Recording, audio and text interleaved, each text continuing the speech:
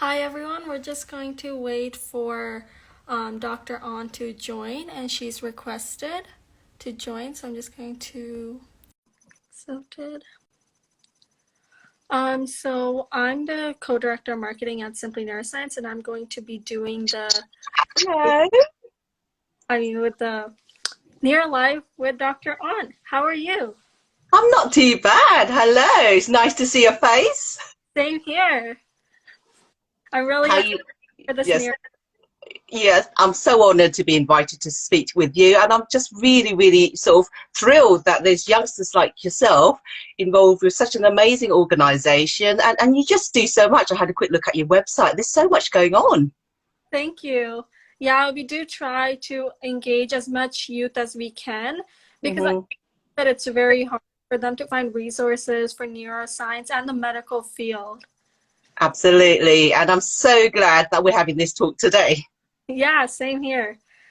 So for the audience, we're just gonna wait a little bit because for so more people can join. I'm going to sit back. So I think this is probably my third Instagram live. I've only really been doing it for the past month, so it's really snowballed. So excuse any errors or any technical problems, but I think I've got it sussed. Okay, that's great. I So, think we can start right now, and then whoever joins can just continue listening. yeah. So anybody who has any questions, they can use the Q&A section and just ask a question instead of asking. Sorry, I'm just close that one. I think it's because tried to get it on my laptop. For some reason, it wasn't working. So I'm on the phone, but it works quite well. So if you alert me to the questions, I was hoping to view it, but you can see what happened there. So Yeah, so oh yeah, you're a little cut off there. is that better? Yeah, it's a bit better. If any of you guys have questions, you can ask using the Q&A section, and we'll display it on the screen and answer your questions. Yeah, and if we have a chance, we can go back in case we miss anything. So it's not a problem. And if you guys have any comments, you can literally comment here, and yeah. So we can start off with like an introduction of yourself. Okay, I'm Dr. Ging Van On. People know me as Van or Dr. On, and I qualified as a general practitioner, which is family medicine, just over a year ago. So my journey has been bumpy, as it were, from medical school, even from sort of high school to now. And I just wanted to share my story so that people have somewhere to go to or something to hold on to, that it's not always a straightforward ride, and you'll get there in the end. Yeah, for sure. So well, I'm just gonna wear my glasses to see the questions. Oh, so cute. So what sparked your passion in medicine or neuroscience, which you talked to me about that you want to pursue?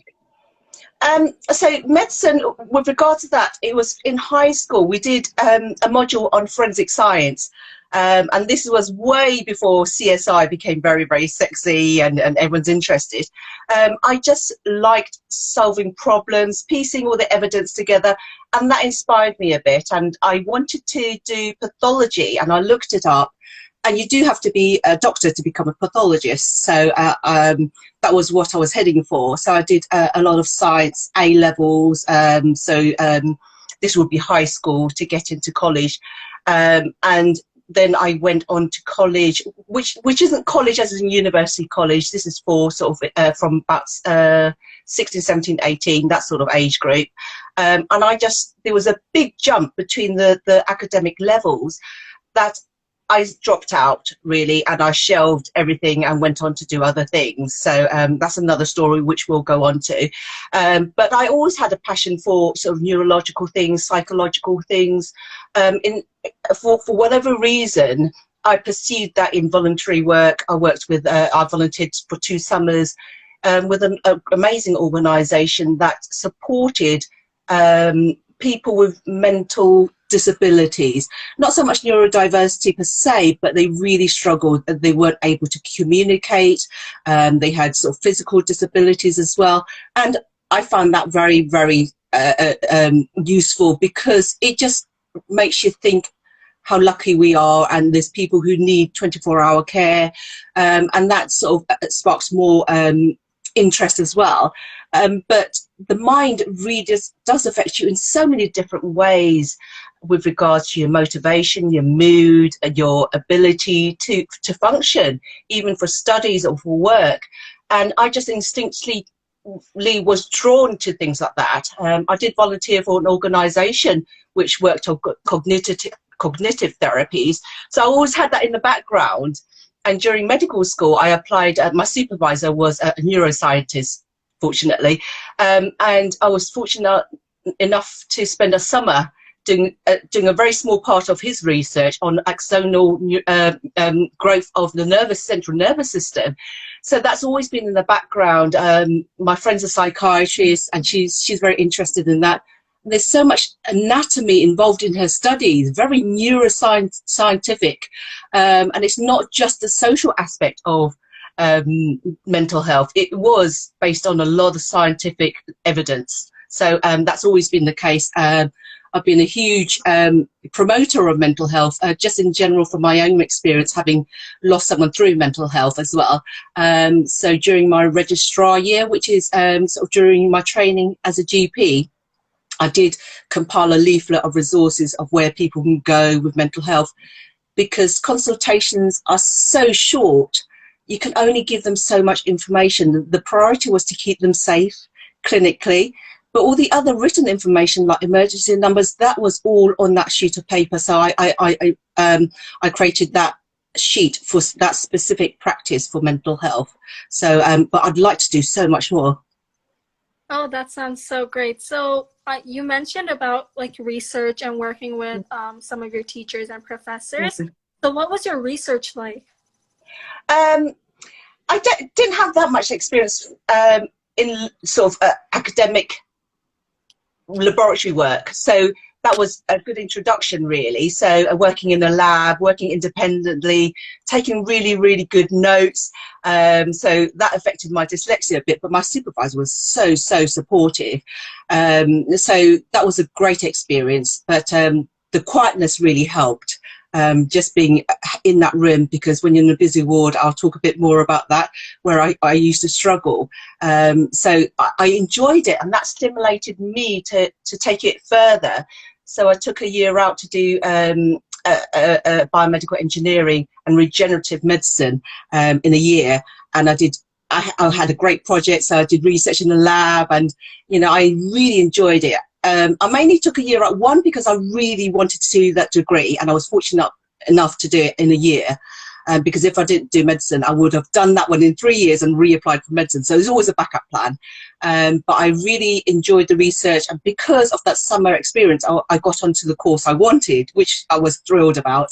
I had an amazing supervisor. She's just the best. She's a professor of the science and engineering and material science at the university I was at. Just absolutely incredible woman. And although she didn't know that much about dyslexia, she was so supportive, and without a doubt, she really helped me push my marks up. My exams, I'm not very good at written exams, but my research project, which was on tenocytes, tendon cells, and sort of the environment and how to grow them in a way that we can use it for research, I enjoyed it so much, and that definitely pushed my marks up to get a decent degree. So yeah, that's my research experience, really. But in the future, I'd really like to do a bit more, specifically with neuropsychiatry. That's something I'd look forward to. Oh, that sounds so great. Me personally, you were talking about biomedical engineering. I'm looking at medical engineering. Yeah. So you also mentioned about like your medical training, but like before you became a GP, what was your medical training like? So from the beginning, it was hard enough to get in. So at the time, I always struggled. So when I dropped out of not a medical school, out of college, things happened. I lost someone quite dear to me. And I thought, life is too short. You need to go for what you want to do in life. Because I was just struggling, just going through the motions, working, etc. So I went back to college. I'm a mother, so my son was very young when I went back to college. And I studied really hard and got the marks I wanted.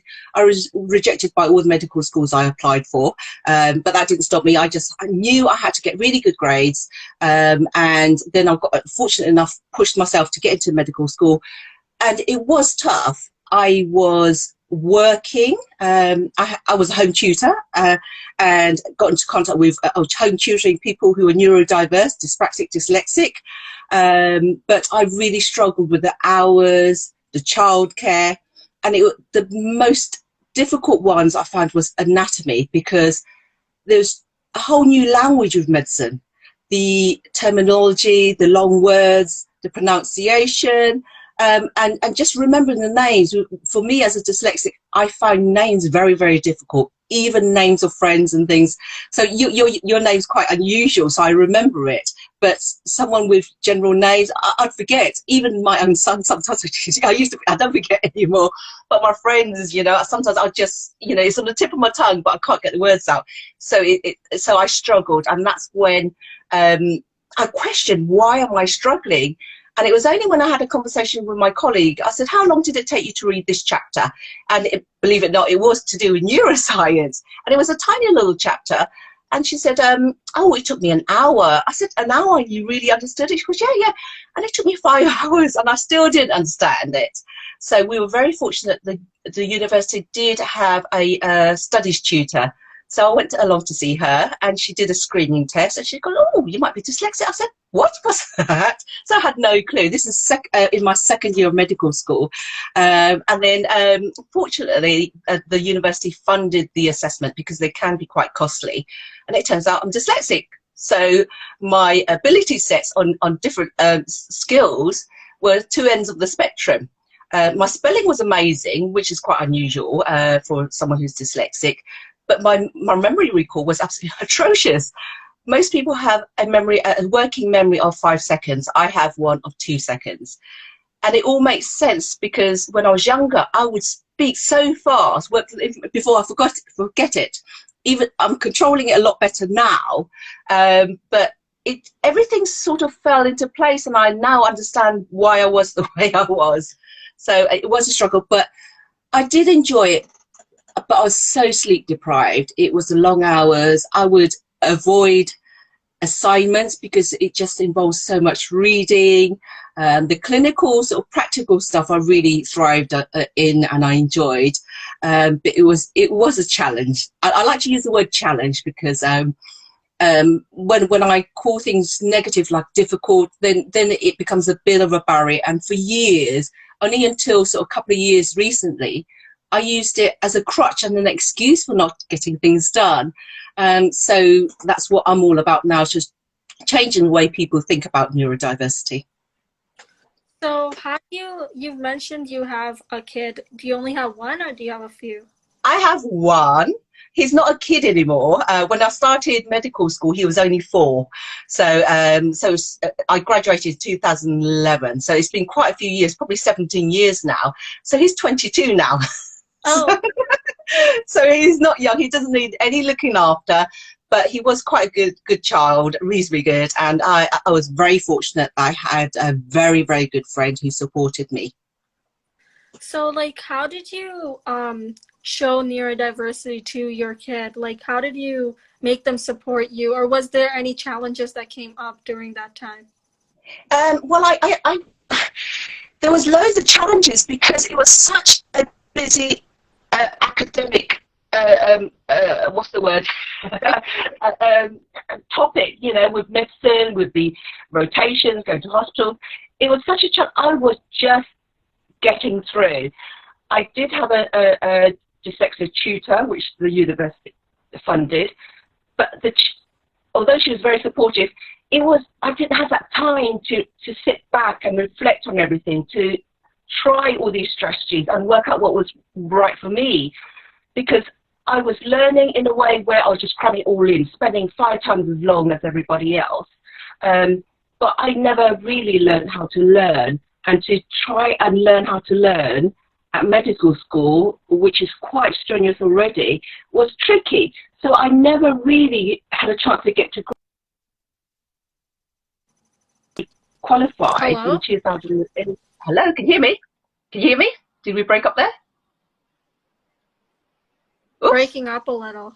Yeah, sorry, that's slightly better. I think I've got the best Wi-Fi in the place. So I did struggle because I just didn't have that time away to work on those strategies. And I was fortunate when I was a junior doctor, first 2 years of qualifying, I did have that extra support with a dyslexia tutor, but it still wasn't clicking because as a junior doctor, the hours are very, very long. And so I still didn't get it. It was only, I was very fortunate, I was funded some more tutoring sessions with the same dyslexic tutor in just over a year ago before I took my final exams, and it suddenly clicked. So really, I've only started to learn how I learn only a few years ago, and it's not even fully developed. So I hope to build on that and just also support people who are learning at the moment. So and try and enjoy that journey with me. So that's what I'm all about at the moment.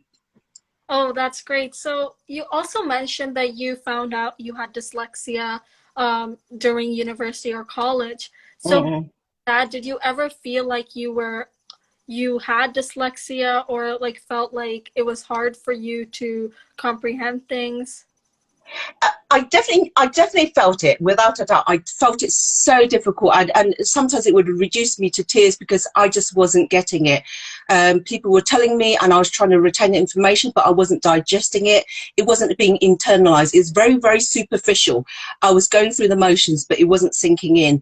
And for years, it was a huge amount of frustrations. And that was very, very difficult. Okay, I see. I'm just gonna read one more question and then we'll continue from there.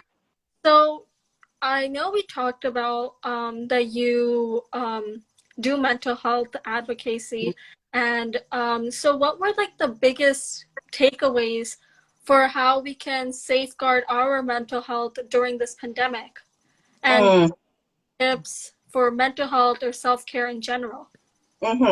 So with regards to mental health, if you're feeling very, very low, very desperate, the first point of call is to seek medical attention, okay? Because there is help out there. There's lots of resources maybe the general public are not aware of, including healthcare professionals. There's certain avenues you can go to. But in general, when the first lockdown hit London, I had just qualified. I'd worked a little bit as a locum doctor, which means I'm self-employed, and then there wasn't any work for 3 months. So that could be quite demoralizing. But I took that as an opportunity because the GP training was so difficult and so draining. I welcomed it a little bit. I just had to be a bit more resourceful with my money because no money was coming in. So I started Instagram. So I'm quite relatively new to Instagram.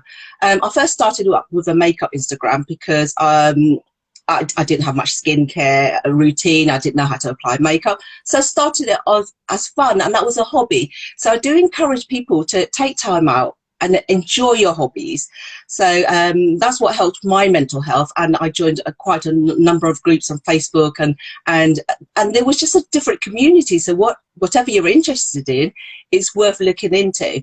I just have an amazing group of loved ones who really look after me, who keep me on the straight and narrow. In fact, I was so close to leaving medicine so many times, and it was my friends, my dear friends, one of them's listening right now, and she's so dear to me.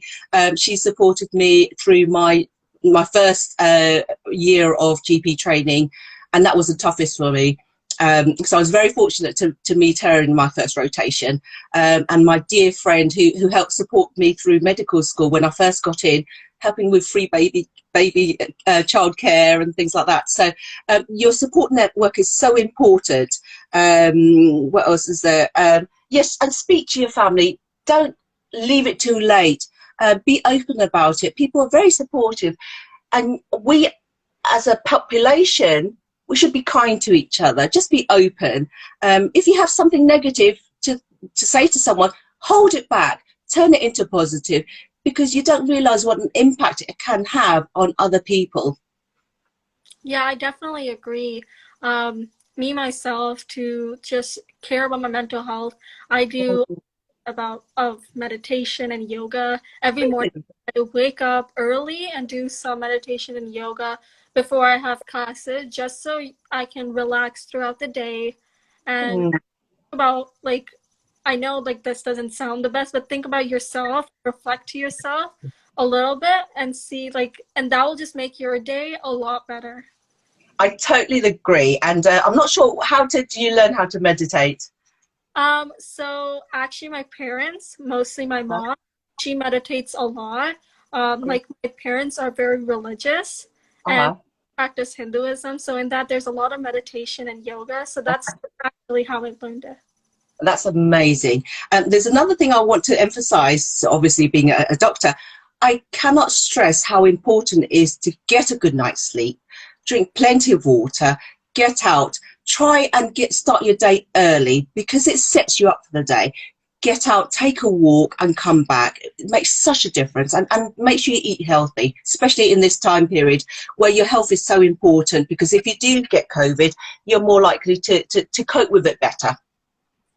Yeah, for sure. A lot of things that are helping with COVID nowadays is like having some, like, if you wake up early, if you have lots of water in the day, especially warm water, it actually kills a lot of viruses and bacteria. So that really helps COVID. And a lot of, like, I believe turmeric and other natural foods are very good too. Yeah. So, I mean, on my other Instagram, I do talk a bit about lifestyle and things, and I try to make homemade food, and I love food.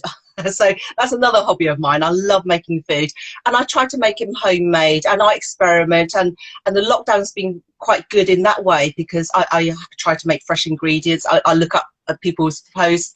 I follow people, people are isolating and making all these amazing foods. So I tried that as well. So it's very good for your mental health. Yeah, for sure. Even during this pandemic, my parents and I were been making food. Now I'm at work, so I've been making food myself with my sister. Amazing. Yeah. It's honestly like a time to, like, distract yourself from all the busy things you have.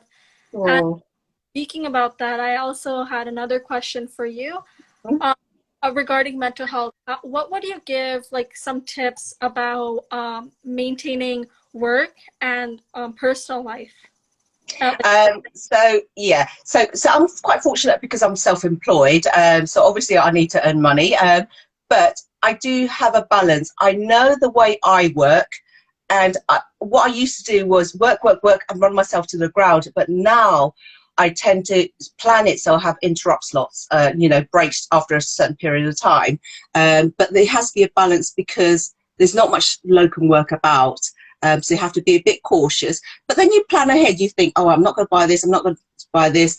So that's quite important. Very important to speak to people, pick up the phone, social media, you're texting. So things like this, interacting with you, that's boosted my mental health, because things are happening and people are getting involved, and just talking things out. It makes such a difference. So plan ahead. Don't feel guilty when you take time out. I never used to have a face mask. When you relax, have a little bit of a smile. I was never into makeup, anything. But now, once in a while, I paint my nails. I put my sort of face mask on. I chill in the bar, and I don't feel guilty. So that's really important to take that, to allow yourself that break. Yeah, I totally agree. If you're comfortable talking about this, would you like to talk about other challenges you faced with dyslexia? Or, like, even before you knew you had dyslexia, or after you found out, any challenges or obstacles that you had and overcame, and how? Okay, so it's mainly the reading. I was assessed with equipment, with laptops, with a printer which scans things, and then there's sort of a text to speech. But I'm terrible with technology, as you know. So that was more another barrier. So in the end, I shelved that and I just tried to work as I did. And that was such a struggle. Like I said, it was only in the past couple of years that I've learned techniques. But that was with guidance with the dyslexia tutor, but also my own sort of experimentation. As a teenager in high school, I was very aware, subconsciously I was very aware, so I used a lot of books, ones with lots of pretty pictures, because that's how I work, because words swim for me, and I can't focus. So I was assessed for like overlays with certain colours, and that really helped. But they were so expensive, and I'm very short-sighted. It would have cost me £500 a go on my prescription, so I just couldn't afford it. But I buy overlays now. I changed my screen a different colour, but it was such a struggle with the reading. I used to try and set up study groups where you discuss, and I just soaked it in information. I didn't have to write it down, I'd remember. So try and find strategies that work for you, but it's important to get some sort of guidance. So an expert like a dyslexia tutor could guide you in the right direction, because not every technique would suit someone else. It's finding one that suits you. So that was the main strategies I had. It was only in the past couple of years that I've developed other strategies. So I used a book called Use Your Head by Tony Buzan. So as a teenager, I was reading through it. I learned how to memorize stuff. And I remember in one of my science classes, we had to explain our experiment. And I memorized all the volumes, numbers I'm terrible at remembering, the doses, the dilutions, and the procedure. I had a list, and I used the Tony Buzan book, and I was able to explain it without looking back at my notes. And the science teacher, oh, you got photographic memory. I was like, there's no way I had a photographic memory. It just goes to show with the right tools and techniques, it can be done. Not just for dyslexia, for anyone who's struggling, it may work for them. So that's what I found helped. But I didn't really develop those strategies or explored them a bit more until the past year and a half, 2 years. Yeah, I definitely agree. And nowadays, there's so many resources and so many people you can talk to, whether that be social media or like with stuff, but other interactions where you go out and meet with people. So throughout this NeuroLive, we were talking about neurodiversity, and oftentimes there's a lot of misconceptions about it. So would you talk about what are some misconceptions about neurodiversity or even dyslexia in general? Because, you know, like you mentioned, there's different types of people and they have different types of symptoms. So what are some perceptions about it? So some perception, so I'm speaking broadly, maybe a little bit stupid, a bit slow. There can be a lot of stigma related to it. And they can see it as a disability, and to a certain extent it is, if you don't have the support and resources to support you in your studies or workplace. And sometimes people don't know much about it, so they don't know how to support people. I was also diagnosed with something called central auditory processing deficit, and it's a condition where your hearing, your pure tone hearing, so there's nothing wrong physically with your hearing, it's just the way you process information. And when there's background noise, it can be really difficult. So I was one of those terrible students who always sat on the front, and when there's a bit whispering, I'd turn around and say, oh, can you be quiet? And I didn't realise why I was doing it. It's because my senses were overloaded. And you can imagine in a busy world, I really struggled in my first few years of qualifying, because the wards was so busy with the beeps and all the noise. And it was quite traumatic for me, because the consultants thought I was a bit slow, I wasn't getting it, and they'd rush off, and I really struggled with that. So the misconception with regards to neurodiversity is, okay, they're quite special, they need special needs, and that can be quite demoralizing. And the biggest factor is probably stigma, because people are afraid to talk about it and afraid to reveal it. just because they feel they may be singled out, and that's not the case, because I know quite a few doctors who are dyslexic, and there's quite a few. I mean, there's different numbers quoted, but it can be as high as a third of the population. It just means that may not be diagnosed, not the true numbers aren't really realised. But there's a huge range. There's dyslexia, there's dyspraxia, there's ADHD, which can go hand in hand. There's lots of variation. There's lots of different types of learning sort of difficulties for the moment, but learning processes. So I think there's so many different things that we can sort of talk for ages about it, but there are a few common ones. Okay, I see. And you mentioned there's different types of symptoms for dyslexia. Like some common and not so common symptoms of dyslexia that people just assume that, like, basically what I'm trying to say is that sometimes people assume that there's certain symptoms only for dyslexia, like they can't read. However, as we know, that's not just the case. So what symptoms that are not that commonly known? In addition, well, so it's very common that people with dyslexia do have a short working memory. That's the main problem. But there's also the fact that sometimes it can affect your maths, your mathematics.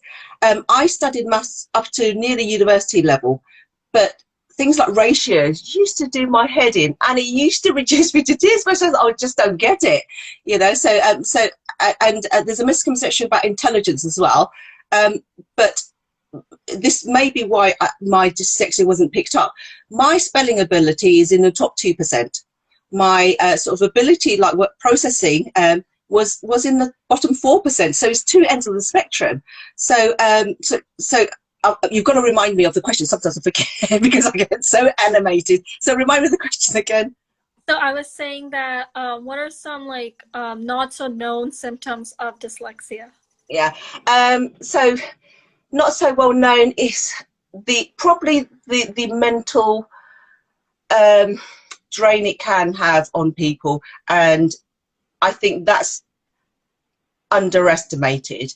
Especially at the beginning of their journey. You're very fortunate if it gets picked up early and you have that support, but that's so, yeah, the mental drain and high risk of depression, anxiety, and the sleep as well. It affects your sleep a lot because you're struggling and your brain's overthinking, you don't know when to stop it, and the organization where you can't, I mean, it's so much better now, but I remember I had bits of paper everywhere. I just couldn't remember things. I was always checking, have I done this right? Have I, you know, that anxiety and that feeling of inadequacy, really, and just feeling you are not as good as your peers. Yeah, well, a lot of people feel that way, whether that be like not only dyslexia, even during anxiety, depression, absolutely, any other mental disorders or disabilities. And yeah, people shouldn't feel that way because they should have someone to talk to. And like you said, one of your really good friends is on this live right now, and she's always supported you. We just need to find those type of people around and yeah, just allow them to comfort us and make them understand. And like I said before, there's so many resources now. And I know you also advocate for neurodiversity and awareness for dyslexia. So what does your advocacy look like? Well, it's only some very early stages, really. I didn't realise it escalate so quickly. So I've only really started it as a bit of hobby because I struggled through GP training, and I wanted to support others out there who's going through what I did. And I was astounded at how many people were diagnosed so late. Some of these people have been consultants and they're changing careers, so they're at the top of their game. And they found out so late. It just goes to show that the compensatory mechanisms for people with learning difficulties it's at such a high level that it's masked their what's it called? Not their negativities, their disabilities, as it were. And I think that's what happened to me when I was at, at high school. I've compensated so well, but it can be very, very draining. So, I've set up the Instagram account. I've got a Facebook account as well, just to advertise it, and also to raise awareness, which is why I've started doing these Instagram lives, because it's multi-sensory. There's lots of different ways of doing it. I'm going to start, you've stimulated me to start maybe doing some videos on different strategies that people can try for themselves.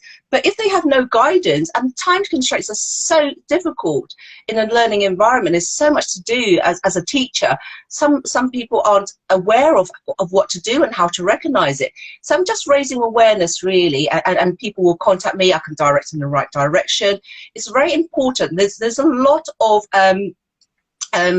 what's it called, businesses out there that will try and rein you in, and it's difficult to know, oh, is it worth this much, because it can be expensive. Some are very, very successful, but there's just need to be aware that there are a lot of businesses out there that promote their wares as well. So you've got to be a bit cautious. But all these strategies don't just work for dyspraxics, dyslexic. It can work for lots of students. So just explore and enjoy it. And I just want to promote enjoying your learning, because I wish I enjoyed it so much more. It's only in the past 2 years I've started to enjoy it, and I want other people to enjoy learning. So do you still do studying or any research of your own kind? Oh. Yeah. So as a doctor, you've always got to be up to date with your knowledge. And now, believe it or not, I go out of my way to sign up for webinars and talks. I practice, notes taking, pictograms, and trying to look at the words. How can I remember these facts without? And I've started practicing it myself. So it's ongoing learning. There's always new stuff I've got to learn, but I'm actually enjoying it. And I'd love for other trainees, other students to get to that stage, so that they can progress and enjoy life. So it's not just about work, it's about enjoying work. I'm very fortunate that my friend convinced me to stay in medical training and become a GP, because now I love my work. I love what I'm doing outside the work, and life's really good. And there's no reason why we can't all have that in our lives. Yeah, definitely. And that reminds me, I was watching this video one time, and just remembering things is sometimes difficult. For example, if you're given a list of 10 words, it'll be hard to remember them. Like if they say, like, in 1 minute, remember these words, and then say it out, you will remember. But if you link a story with it, or some personal life, if you try to connect all 10 of those words, or how many ever words there are, it's more likely that you'll remember them. Yeah, there's that technique in use your head in Tony Buzan. So I completely agree. And when you're well rested, I've noticed when I'm really drained, I don't give myself I don't give my consultations as much enjoyment, and I don't feel I can cope as well. But after I had a bit of a rest, I've de-stressed, I've got all these sort of stresses and the frustrations out of the way. When I come back, the workload can be higher. I just find I can cope better. So really, really do look after yourself. Yeah, for sure. Another thing that I was gonna ask you is that how can we make science and medicine in general more accessible to those, like, to neurodiversity?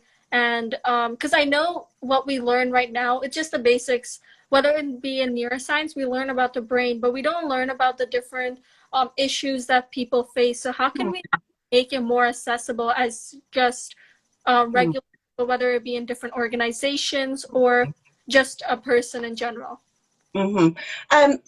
There's so many resources out there with regards to social media to promote it, talks like this, also the website where it's much more accessible and interactive, maybe speech on there where you can click. Some websites are great with that, and you can click it and it can read for you. Also making information readily available. I mean, a lot of the time, you have to click a button, fill in a form. I'm terrible at filling forms at the best of times. So having that link, or a telephone option, having lots of options, and when people request information, it's useful to say, how would you like a video that we can link? So having a video talking about what you offer. There's so many things I can talk about with regards to that, and I hope lots of it will change. But so access, so you can talk about what the university can provide. Is there a studies tutor? Is there equipment? Is, you know, adaptations? What are the notes are like? How the lectures are delivered? That sort of thing. The more knowledge they have, the more they are able to plan and anticipate things. So it's not a shock to the system. So the more prepared they are. So definitely, those are a few ideas. Yeah, I definitely agree. When you're filling out forms, or when you're even just contacting people, they either reply in emails. Actually, they mostly reply in emails, or if requested, they might schedule a call. But they don't give other opportunities to talk to you regarding the person. It should be more accessible to different types of people. And yeah, like different organizations, companies, and even like schools and universities, they should make it more accessible, whether that be through tutoring or having certain people assigned to help those of neurodivergent individuals.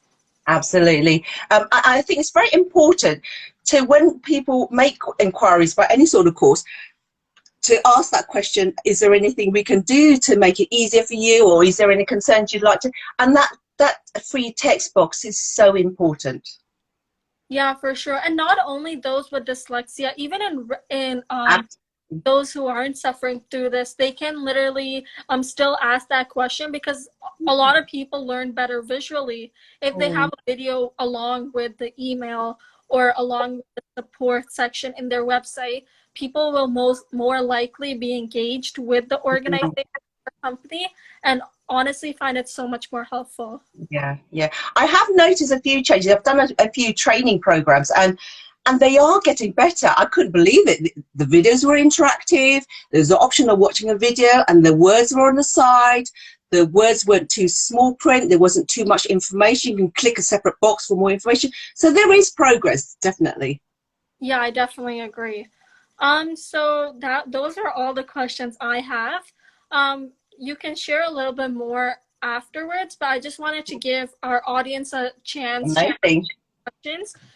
So you guys can use the Q&A section and just ask any questions, and we can display your question on the screen, and Dr. On can answer any of those questions. So So shall we scroll through in case we've missed any questions, or have you been keeping your eye on it? I've been keeping an eye on it. Amazing. If you want anything else you want to talk about that we haven't mentioned so far, you can definitely talk about that. But let's have a quick look. I think I've covered most things. I'm very impressed we managed to get through those questions, because there's quite a lot, wasn't there? So what else can we talk about? Touch on was, we talked about how dyslexia influenced or impacted you in general life or during studying, but how has it impacted you as being a doctor? Very good question. I think at the beginning, where you're newly qualified and everything's so new, that was a huge challenge, just because we were rotated all the time, and adapting was such a struggle. And I wish someone would sit down with me and show me with the ropes. This is where the things are. This is the hospital. This is who you need to speak to, because we were given loads of written material, and that's not ideal. But someone to talk through, and maybe shadowing. We were very fortunate in my first rotation. We did have a shadowing a week with the junior doctor who was moving on, so that really helped. But it was that settling in period, and then after you just settled in, and then you have to move on again, and you're starting a new environment, new names and new faces and new procedures, and it was hugely disorientating. So I was very fortunate when I got into my final year of GP training, I was in my own room. So I was able to set it up the way I wanted. I was able to put in my own colour printer, change the screen to a different colour. But as a doctor, clinically, I was much better in a GP consultation, because on the ward it was so busy with my CAPD, with the different noises and the distractions. That was a struggle. But in GP practice, I was my own boss. There was that multi-sensory interaction with the patient, and I think I thrived in my final year. I felt for years I was parading around as a doctor. I just lacked so little confidence. But now I'm completely comfortable. You know, I'm on duty doctor quite often on my own, supporting the paramedics, the nurses, and I am very, very comfortable doing that. Finally, I feel like a real doctor, which is really sad to say, but I do now. That's great. Put a question on the screen. So it says, have you got any tips for students or doctors who are studying for exams? Yes, definitely. Study early, plan ahead, make room for reviewing, because you spend so long studying, and by the time you get to the exam, you've forgotten. But the reviewing, it just means your memory curve stays high. Yeah, even if you spend 10 minutes every evening reviewing your notes, just having a look, doing nothing more, and then reviewing it the following day, following week, it goes into your long-term memory.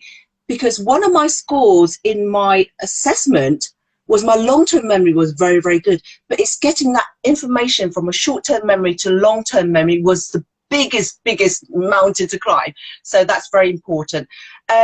Do speak to other people, set up study groups, because I set up quite a few study groups with colleagues, and just to revise the clinical exams, and I found that a lot easier. Even at medical school, I found that works so well, because you're studying with people with different knowledge base, and it's easier to ask your colleagues, oh, I don't understand that, rather than put your hands up in a big lecture hall and feel sort of intimidated, and then explain it, and it just sinks in. You think, oh, I get it. And you can ask straight away, no, I don't quite understand that. What do you mean by that? And that is so important. So do set up sort of little groups to study with. So for the exams, put yourself in that situation where you are actually doing the exam, like a mock exam. Study, if there's a time limit, do questions with a time limit. Do questions that are representative. Try not to deviate. You will get a curriculum. Go through the curriculum very, very early on. And I wish someone had told me, plan, get a schedule out there, and make sure you revise all the material with weeks to go. And so 2-3 weeks, all you're doing is reviewing your material. Yeah. And try and study the most feared topic first. You have a tendency to go, oh, I know this, I'll get all the questions right. But try and get all the most important ones out of the way.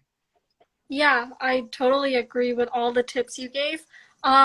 Before I comment on that, I just want to say that we're just going to wrap up in about 10 minutes answering all the other questions. And if you guys have any other questions, just put it in the Q&A section. And yeah, I totally agree. Me personally, I used to memorize things, and yes, that stuck in my mind for the exam. But after that, it was gone. I didn't know it. And what my mom did, because she's very good at studying, and she's always gotten 90s, and like one of my biggest influencer for studying and going into the medical field. She's always, like, whenever she used to come home from school, she used to rewrite what she learned at that day and reread it if she didn't have the time to rewrite it down and make her notes.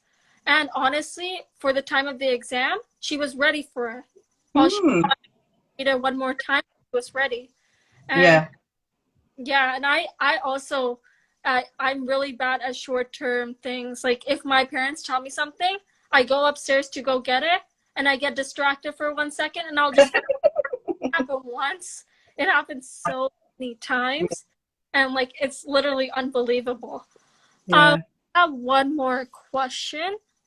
It says, what are some of your future goals after this pandemic is over?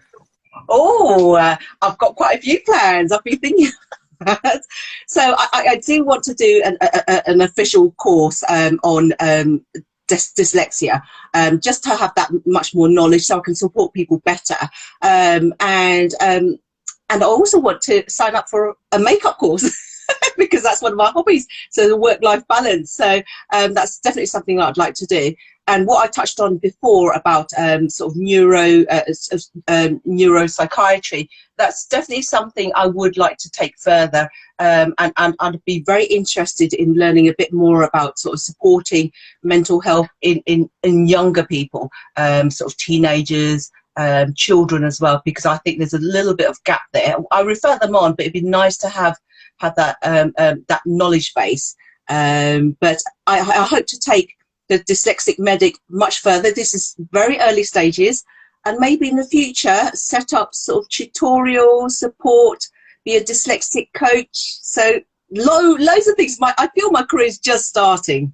That's so great, and I totally agree. They should talk about more mental health causes in schools, elementary schools, to make students learn. I know there are a few people who come into the schools and explain, but for example, dyslexia, a lot of the common like misconception about it, in my friends, I've been part of Simply Neuroscience, so I've learned along the way. But I know my friends, they just think that they have trouble reading words, and they just say it as different letters. But that is not just the case. There are different types, and I feel like it should be more accessible. Like there should be resources accessible to the neurodivergent individuals, but also to students learning about these mental health causes. Absolutely, absolutely.